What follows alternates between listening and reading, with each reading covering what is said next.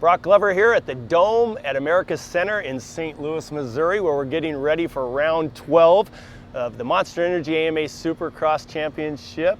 And at the Dunlop Motorcycles Tires Track Walk, my co-host Will Hahn, welcome. Thank you guys for having me. Long time Dunlop. Actually full-time Dunlop. I don't think I've done anything else. So this has been, it's been awesome. It's a pleasure to be here. Yeah, it's awesome. The fact that you actually have a win here too, which we were talking Even about cooler, earlier, was yeah. kind of dumb luck, to be honest with you. I do try to time and things like that. Mostly what I was looking at, Will, when I asked you to do the co-hosting here, is that this is kind of a home race for you, right? Growing up in Wichita? For sure. Being in Wichita and being from Kansas locally, like this was our event, even though it's, it's a hefty drive. But yeah, I mean, lots of friends, lots of family over the years, and it always holds special memories, obviously with the win too. And kind of here in Texas, between this one and Arlington were kind of your races, For right? sure, very Midwest locations and everything like that. So yeah, it's always fun coming back here. Well, tell us about your duties now at the TLD Gas team. I mean, you're the team trainer, I pseudo manager in some ways. I'm certain that a lot of the riders lean on you from your experience, right? I'm very lucky that they have a lot of trust in me, and between Pierce and Ryder, I work with them. Obviously, Justin has his crew, but it's obviously he helps quite a bit with my side, and I help him whenever I can. But it's been a pleasure. These guys have treated me like family. I actually raced for them in 2010. So there's a lot of history there. Majority of my podiums came from Troy Lee, so it was really cool to have that family welcome home. And then you worked for Star Racing for a little while, not to talk about, but you did. Yeah. That was part of your job for 5 years, team manager there in the 250s? 5 years managing there, and it was my transition straight off of racing, right? So being able to say I'm done racing, and I stepped right into that role and just put my head down and learned a lot. Like Brad and Bobby, they were very patient with me at the beginning and kind of showed me the ropes of what you would expect out of a manager. And I mean, they got the most out of me. There's no doubt about that. Well, that's good. Now the TLD Gas. So thinking about benefiting from that, you are also working with a young up-and-coming rider from New Zealand, Cole Davies, and this is a Supercross Futures along with the Triple Crown. So we have a lot of exciting racing going on. But you've been working with Cole, and he ended up winning at Daytona the last time we saw the Supercross Futures. So yeah, Cole's been awesome, right? So he's been under the tutelage of Josh Coppins and Ben Townley over the years in New Zealand, and man, he handed us off a very well-rounded rider and just an eager person that just wants the information, wants to work hard, and I think we've seen that result in the first 2 rounds here. So excited to have him back on the track, looking for another win. Well, let's go take a look at this track right here. This venue here, the first time we raced a Supercross here was, I think, back in 1996, and it has a little bit of lore in the history of the sport, because it was the year that Jeremy McGrath had a perfect streak, winning 13 of the first 13 races. And he came in here, and Jeff Emig had a little different idea. Do you remember that? Especially with the local boy. Going back to that would bring me back to the Terra Firma days, and when, all those memories of when, you're hoping you can be there one day, essentially, right? Watching with my brother and all that stuff, that's who we wanted to be. And for sure. I mean, it's crazy. And then getting right back to it and finishing off the season with winning. Yeah, he did. It was amazing. But, he won every single race except one. He got a second, and that would have been the perfect season. But the championship was already his. He had the championship wrapped up here, and you kind of wonder if that was a little bit maybe psychological letdown, and he'd let his guard down a little bit or whatever it was. Or the fact that Jeff Emig from Independence, I think he's from Independence, Missouri, not so far from here near the other side of the state. So I think this one's probably for him. It was his hometown race, so he had a little extra boost. It always gives you that little extra, I feel like, and especially on nights you need it. Well, how about yourself? When you won here, did it feel like a local race for you? It couldn't have felt any better. I remember looking up in the crowd from the podium, and they said Kansas proud or something on a sign, and I'm like, that's, even though it's Missouri, I mean, it is our home state. So for me, I raced a lot here as an amateur and an amateur motocross series in Missouri. So a lot of my, I would say, core memories of growing up are locally. So taking a good look back here, Derek, on the camera, you can see right here, looking at the stats, 285 feet until we make our first turn where we're standing right here. So just slightly under what is a football field, obviously 300 feet to 100 yards. But it gives a nice layout here, and we've seen when they've had the long starts, and I'm guessing you might prefer a longer start. Always did. Because when we saw Ken Roxon, for instance, have to run LCQ last week in Seattle, he had 19th pick on the gate, was actually able to get a decent start. For sure. But when you worked with Justin Varsha and he had a bad qualifying session, then he had a bad pick on the gate, and they had a really short start at the race that happened in, it really made his whole night very, very difficult. Correct. So me personally, I like to see a longer start, giving all the gate choices a half decent chance of getting a good start. Absolutely, and I think you see a little bit more fair, and it tends to be, even though it's higher speed, it seems to be less carnage as well. I think because the separation actually happens instead of being so balled up, right? So. Right, exactly. You take a hundredth of a second or a few hundredths of a second reaction off of a gate, coming off those starting gates, grates on the starting gates, that their separation isn't much, so it takes a little longer distance to get that extra half a bike length, and then, as you mentioned. So perfectly flat corner in here, very, very wide,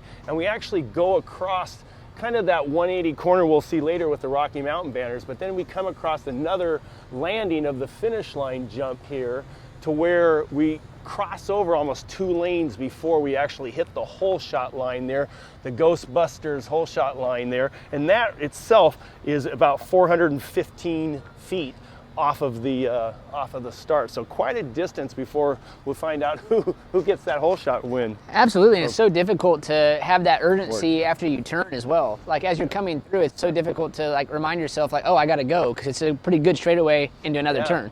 It is. It's almost like it's a double apex, obviously. You turn, but then you sweep in here, and then you got to get back on the gas if you shut off too early. Absolutely. But then we come into a section that we actually got to watch press day today, and this was one of the sections that they used, but they were coming in off of the finish line jump and into this wall jump we'll see later, into a tight corner. So we really didn't see what it's going to be like on race when they're coming out of the section of whoops and hitting that single. Yeah, and have another obstacle. Yeah, in the first part of the sessions when the track is really, really smooth and clean, do you think someone's going to jump that and clear this, or is that? Yes, I think so for sure. I think tomorrow night, depending on how it ruts up and on the face, obviously, but this dirt is like Velcro. Like, so to be able to pivot out of those whoops and how everyone's been doing it, I feel like for sure 450, 250s while it's fresh, once it gets ruddy, you're going to see them roll it. Yeah, you definitely talk about this track right here, and we get to see the drone doing a little camera work right here for the TV guys. It's kind of cool, flying right over the top of our heads. He's jumping.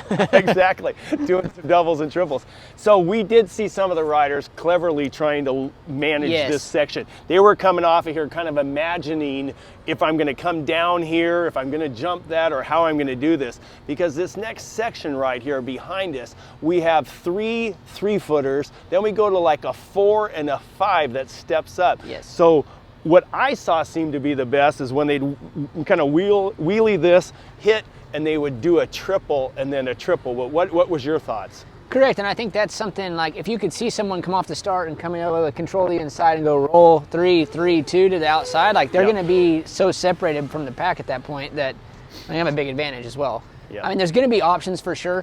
I feel like if you had to go inside before the whoops and you did not be able to jump in, you could go double, maybe triple again, triple and get opposite ruts. Because I think it's going to be a lot like Indy where it's going to be fine when it's fresh like it is at the moment, but as soon as it gets so ready that you're not going to be able to 3 at some point in these main events, especially when there's 3 back-to-back like that, you're going to have to search for that opposite line of getting some out of the ruts. So since this is used to be used for football, but the 2 opposite sideline lanes here have the best combos in my opinion. They have a bunch of different choices. Yes. But you mentioned the dirt.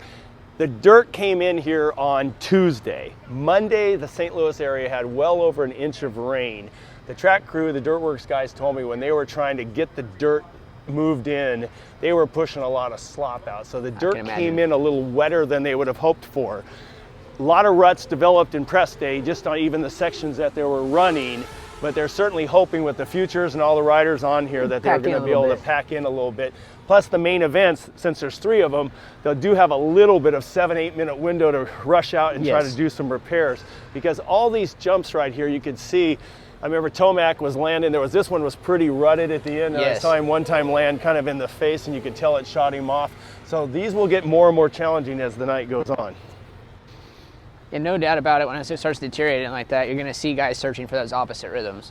Yep, you're going to have to. There's no question about it. So you mentioned earlier watching Supercross with your brother. Your older brother, Tommy Hahn, factory Honda rider. I mean, some people are, oh yeah, that's right, Tommy Hahn. And then, he's been out of the sport a little bit for a while, don't see him very often.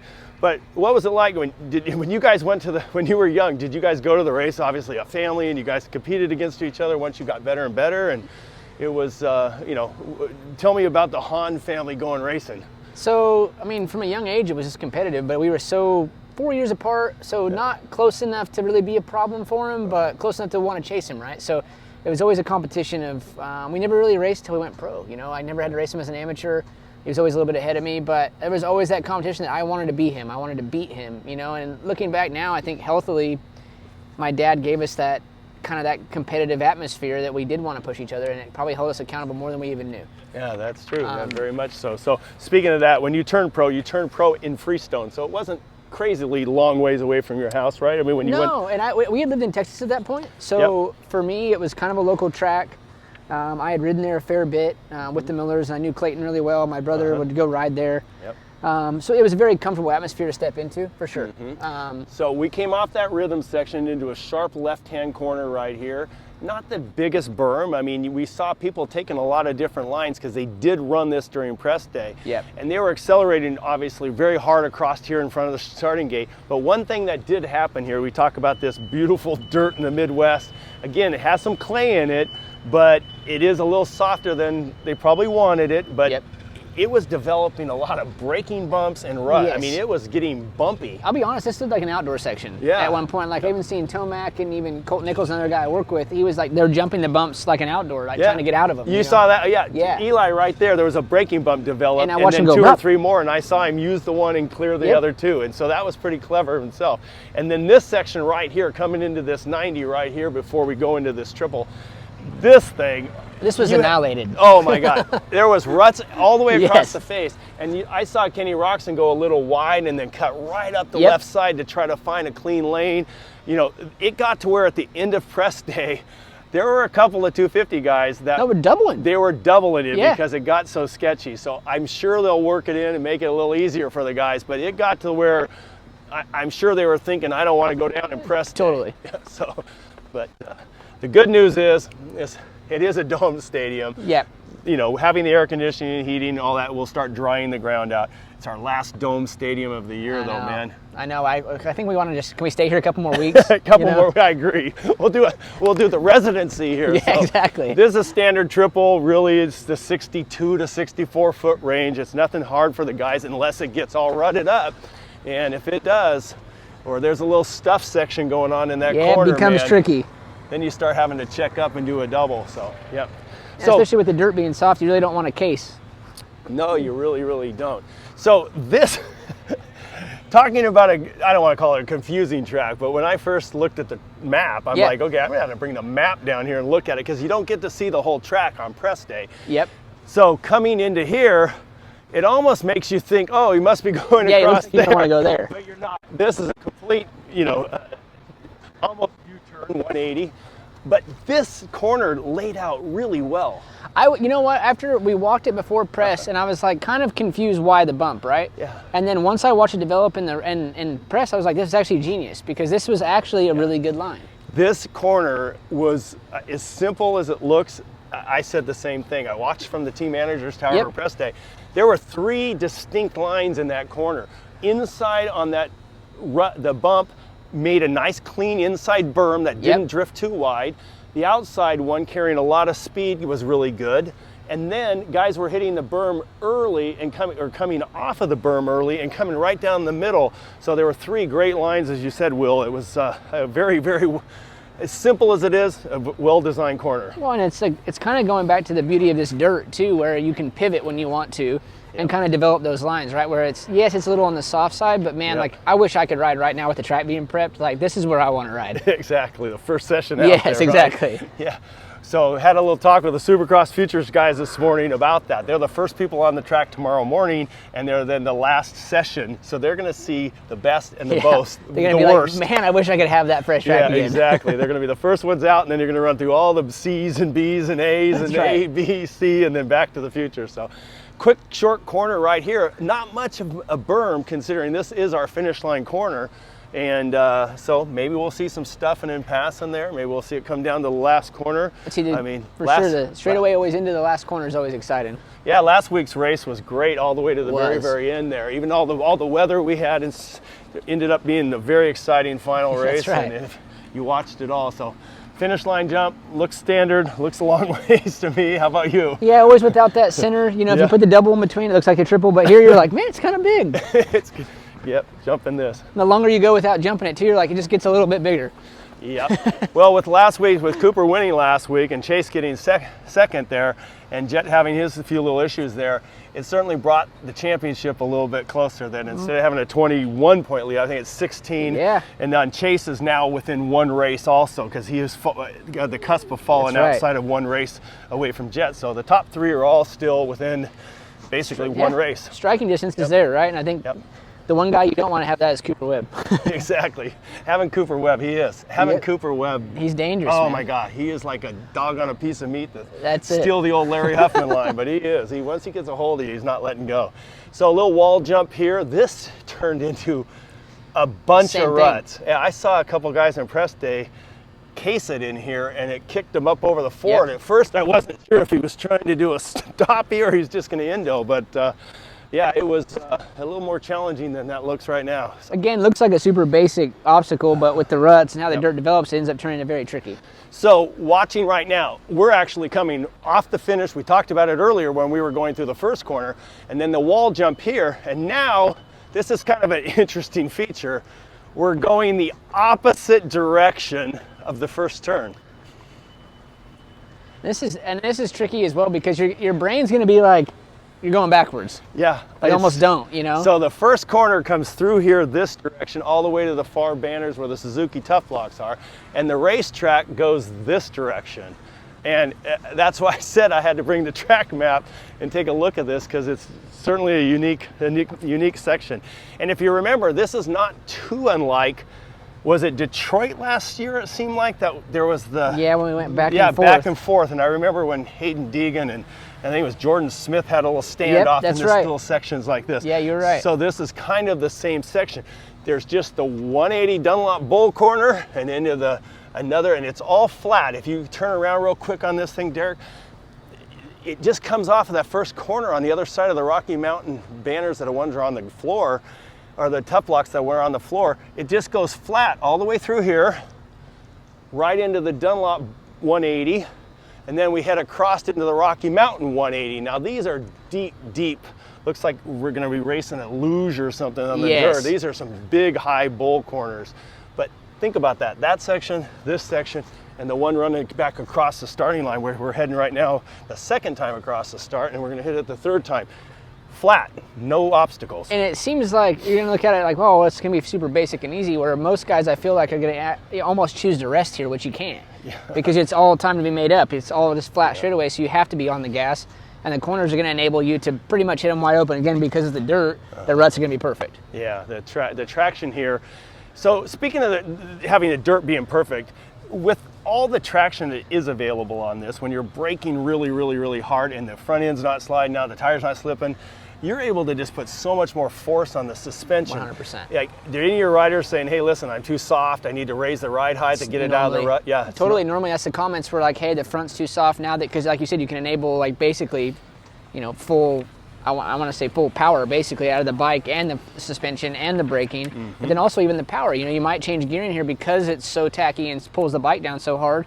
You don't need to worry about, you're going to need some more bottom end. Where typically, like on a West Coast track, you'll be down the gearing back a little bit to have a little bit more finesse with the throttle. Yeah, do the guys come in and go, man, my bike feels slow? Because it's yeah, when they're done here, like when the tires are rolling across here, you can see the perfect knobby imprint in the ground. So there's no tire slippage at all. It's full direct drive. Yeah. I think explain it to the guys that haven't been here.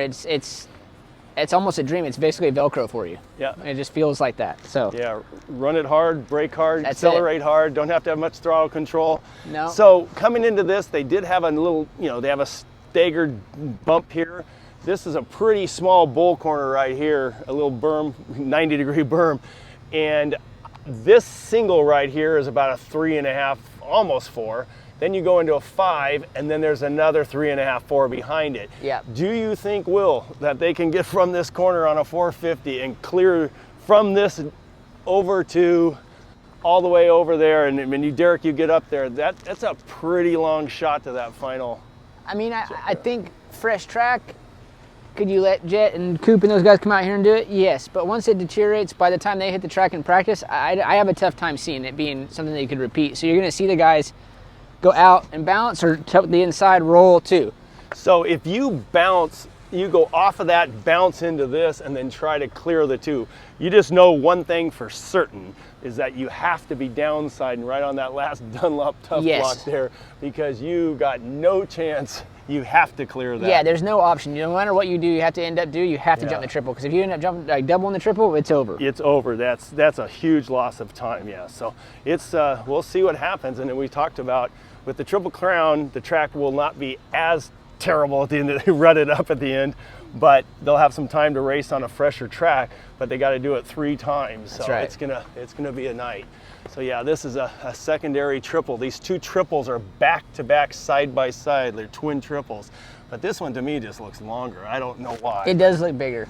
It's a pretty big shot right there. Face maybe laid down a little bit more, but the landing's definitely bigger, and it seems just wider, longer, everything. Yeah, it just seems like it's more than 62 or 64. No, I don't it's know. sad too, because you look at it right now, and this is like typical track walk in the morning, where yep. you're like, okay, I don't know, this triple looks big, and the first lap you hit it second gear, and you're like, okay, it's not. Yeah. So St. Louis, we talk about the dirt. This is almost, pretty much everybody always talks about St. Louis dirt. St. Louis dirt. It's always one of the favorites. Again, we already talked about the fact that it came in a little bit wet. Will it dry out with as much time as the rider's going to be put on the track? I do think it will dry out, but it's going to be great. But this rotation here in St. Louis, it's kind of the every other year track and a stadium, and so we don't come to it every year. The last time we were here in 2022, it was also a Triple Crown. Yep. If you remember.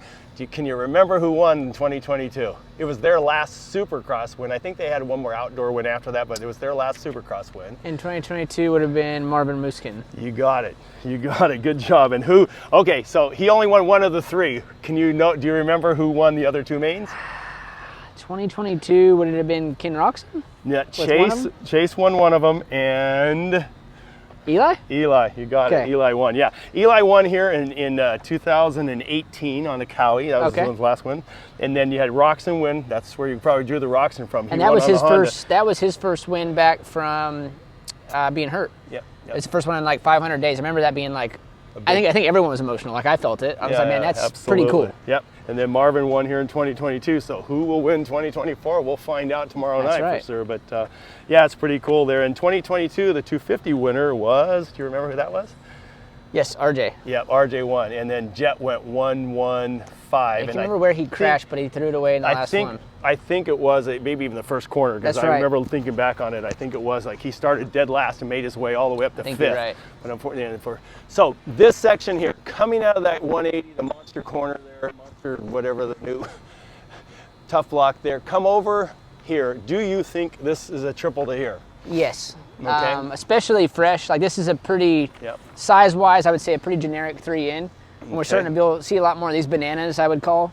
I called them a saddleback, but you call them a banana or swayback, camelback. Yeah, something like that. See, these aren't all the way down to the stadium floor, so they're kind of just a swayback, so you don't drop all the way into the pocket. So they give you. So if you can clear on to here, now that's a nice thing because you don't go all the way back down. However, you now have about half as much face of the jump to give you the lift of what you're trying to do. So you're probably not going to go 3 off of it because of the ruts again, and you would be going to the next big one. So for me, the cool thing about how this is laid out, it enables you to go 3 in and then go 2-3, or because of the ruts and everything that's going to develop, you're going to go 2-3, and you're still going to keep that low to low. Like you want to avoid the bigs in this rhythm. Like you don't want to go 3 off the big or that next big. Yeah, if that's a 5, I think that, I don't know, that's a 5.5 or 6. It's a pretty good size 5-footer. It might be a little more than that. So when you're talking about going off rhythm too, this allows you the opportunity. So let's say you don't get the triple, it gets kind of rutted up on the takeoff, and you come down, and then here in this saddleback here, you take off on the front side of that, and then you can triple. Correct. And if you triple that, then you're on the rhythm what you are talking about and what you want.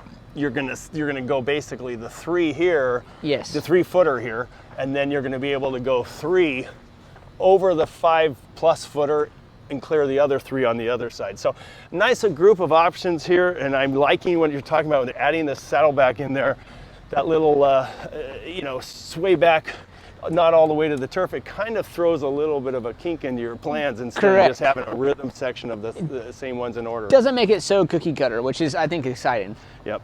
I can't imagine trying to come up with ideas for a track. No, at this point, I know, right? It's like, here we are, we talk about the 12 rounds into it, and then... I think they've done a really good job this year of yeah. kind of throwing some new obstacles in. I think it's been really good. Yeah, it has. So I've enjoyed the season's been fun. A lot of rain, unfortunately, but Yes. you know what? Sometimes it just happens, and that's we're getting a lot of it in California even, so it's still getting rain there.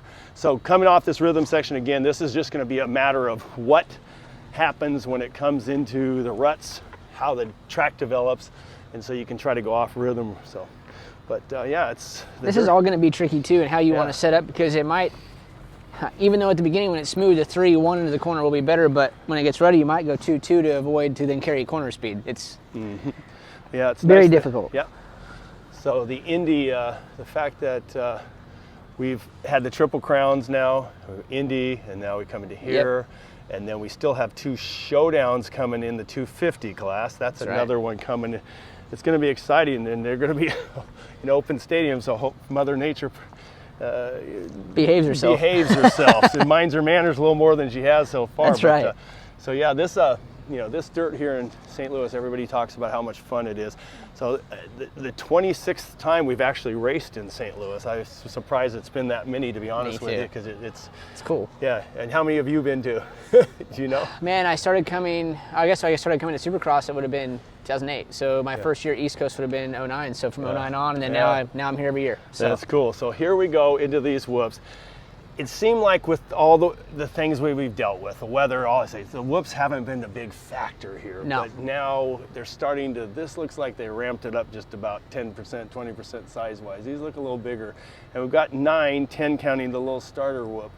But I don't know, we'll see what happens. And what's your thoughts on this? All going to be how it breaks down, and it's kind of exciting. Like they were doing this a lot in 2014, 2013, where they would build like a single into the whoops to throw your drive off, essentially. Where, I mean, fresh track, you're coming out for the first heat, or obviously the first, showdown or Triple Crown, you would jump in, or you would, I would say, roll and skim, because you're going to hit these as fast as you can. But as the night deteriorates and these are going to get smaller and maybe chewed up, I really think you could go outside and jump into this pocket and then go 3-3-3 like they've been doing. Like we saw, that's what we did see Jet do, and Martin Davalos was the co-host that night, and he called it, and it was kind of ironic that nobody did it until Jet, I think, did it in the second of the mains of the Triple Crown that night. So it's pretty good. So this race, St. Louis, the last guy to win in St. Louis and go on to win the championship was back in 2016. I'm putting you on the spot. Do you remember who that rider was? Oh, Dunge. You got to be Dunge. Jeez, dude. Like trivia quiz winner. Speaking of Dunge, so Uncle Ryan has his nephew racing in the KJS. Saw Did you that. see How that? cool is that? Yes. Liam, yes, yeah. Awesome. His brother, yep.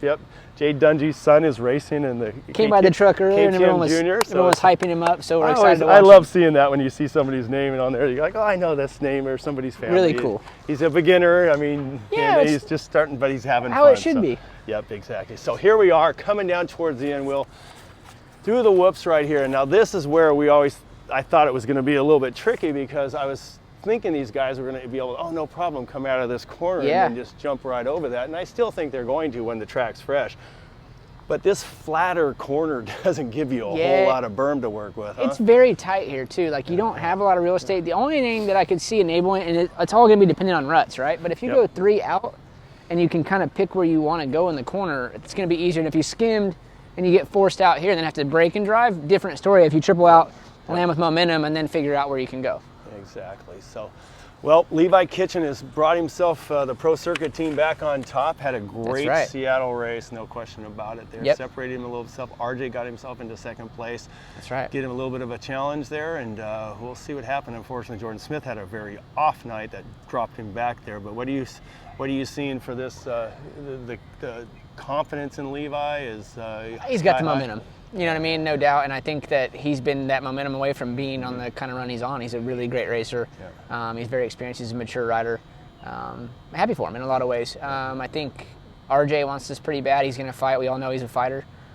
Jordan's been really successful here in this stadium. So I think as RJ has too. He won so the last time here. We talked about you get that. You get that feeling, and I know it doesn't make sense because the layout's always different. But a venue, for some reason, when it brings you good vibes, it brings you good vibes. So I think we're gonna see some good racing. Warm, fuzzy feeling. You always talk about it. That's right. Like Cooper Webb and Arlington, right? It's one of those deals. It is. So, all right. Well, Will, thank you. We're coming back around the final corner, and this is where we were talking about entering the end of the first corner where we're intersection here, and I appreciate you helping out here. Appreciate you having me. Thank you very much, sir. As always. Thanks for tuning in, and guess what? We got another one of these coming, but we finally get one weekend off in Supercross, and we'll see you next round.